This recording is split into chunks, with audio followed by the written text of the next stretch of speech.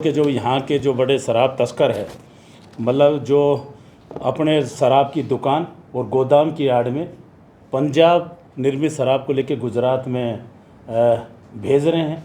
तो हमने उस तुरंत सूचना जो चौकी प्रभारी राम जी की गोल्ड पहलादराम एएसआई साहब को मिली, तो हम तुरंत ही जो गांधो पुलिया से पहले 1.5 किलोमीटर दूर में राइट में जो नहर है वहाँ इन्होंने एक सरकारी गोदाम ले रखा था।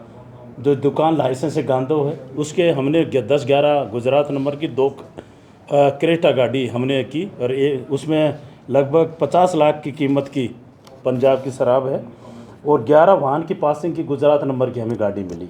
एक वहाँ पे लड़का था, उसको हमने गिरफ्तार किया, जो दिनेश है, पहले जो दिनेश जानी मोकाब का शराब तस्कर पहले था, उसका भाई का, वो दिनेश की घरवाली के नाम पे ये लाइसेंस है दुकान का। और गोदाम वाले पे जिस तरह नक्शा होना चाहिए आबकारी विभाग द्वारा, वहाँ कोई नक्शा भी नहीं था। एक जो मौके पे था गणेश राम पुत्र भल्लाराम जाति कलवी, उसको हमने दस्तयाब कर लिया। दिनेश और दिनेश की घरवाली जो सरवण के नाम है, उनको भी हमने नामजद किया और संगठित अपराध की जो धारा 111 BNS वो भी लगाई। और इसमें कौन है, जैसे आबकारी विभाग भी किस तरह इनको जो तस्कर टाइप के जो मुकदमे इनको क्यों लाइसेंस दे रहा है, क्या कार्रवाई, गोदाम पे भी कोई नक्शा नहीं था, उसके भी विस्तृत हम आबकारी विभाग को भी रिपोर्ट भेजेंगे। भाई एक जो तस्कर टाइप का आदमी है जो लेके बिल्कुल बॉर्डर पे शराब ठेके की दुकान दूसरे के नाम पे है, वो चला रहा है और गोदाम की आड़ में पंजाब निर्मित शराब की बड़ी मात्रा में तस्करी करके वो भिजवाई जा रही है। उसमें कौन कौन थे, सारी टीम थे, उनका हमने नामजद कर लिया और आगे दर कड़ी इसमें खोल। कितने पेटी शराब था? इसमें 108 कार्टून था, चंडीगढ़ निर्मित थी, 50 लाख रुपए की कीमत थी। आपने किनको लाइसेंस दिया? कौन तस्कर है? क्या दिनेश तस्कर? नहीं, दिनेश के नाम से गोदाम है। अभी लाइसेंस किसके दे रखा है? एक सरवणी देवी के नाम से, दिनेश की घरवाली के नाम से वो दुकान है, उसी के नाम से गोदाम है। कोई कलवी का खेत है, उस पर उन्होंने किराए पे ले रखा है।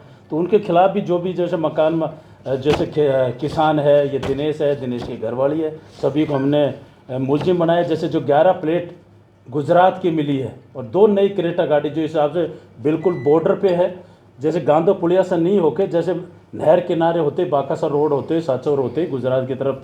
तो ये कब से एक तो ये जो आया है गोदाम, लगभग 1-2 महीने से आया। किस तरह आबकारी विभाग ने इसको दिया है, आबकारी विभाग को भी लेटर देकर इसमें पूछताछ की जाएगी, भाई किस तरह गोदाम दिया। इस गोदाम जो सरकारी ठेके के आड़ में पंजाब निर्मित शराब को गुजरात सप्लाई कर। दिनेश पहले भी तस्करी में लिप्त था? हाँ, दिनेश पहले भी तस्करी में है। जो पहले इसका भाई है, उसका नाम सुना हो, उसका ये भाई है सगा, जो चंदू जानी है, इसका सगा भाई है ये। इसमें क्या किसका रोल है, किस किस का रोल होगा, उनके खिलाफ बिल्कुल नामजद कर दिया, संगठित धाराओं में गंभीर धाराओं में अपराध दर्ज किया है और कौन कौन होगा उनके खिलाफ सभी खिलाफ कार्रवाई करेंगे। सर, जो ये जो शराब आई थी, इसका रूट कौन सा यूज किया गया? ये रूट का नहीं, उस टाइम ये इन्फॉर्मेशन ये मिली थी, बिल्कुल सुनसान जगह गोदाम पे ये आई है। तो कोई ट्रक में तो आई है, ये तो मान के चलो यहाँ तक पहुँची है कि बड़ी पंजाब से आएंगी तो कोई 108-10 इस तरह थी कि इन्फॉर्मेशन हमें मिले थे कि सब एक ट्रक है।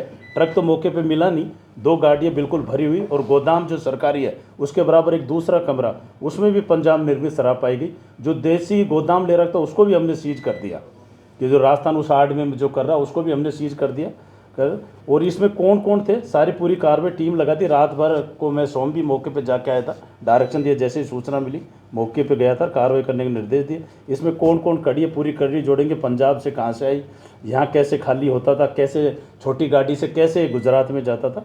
तो उसमें CO गुडामलानी और SHO गुडामलानी को निर्देश दे दिया, एक टीम गठित कर दी कि पूरी कड़ी से कड़ी जोड़ के भाई इस कड़ी में कौन कौन है, कौन सा रूट रहता था, उनको सारी कार्रवाई करेंगे। सर, चंदू पहले भी फरार हो चुका है, SOG की ग्रिप से फरार हो चुका है और उनके खिलाफ पूर्व में भी कई मामले दर्ज है। ये है, इसमें चंदू है, पर चंदू का जो भाई दिनेश है, इसका प्रथम दृष्टा रोल आया। दिनेश के नाम से घरवाली है, चंदू का रोल है इसमें है या नहीं, पूरी पूछताछ करेंगे।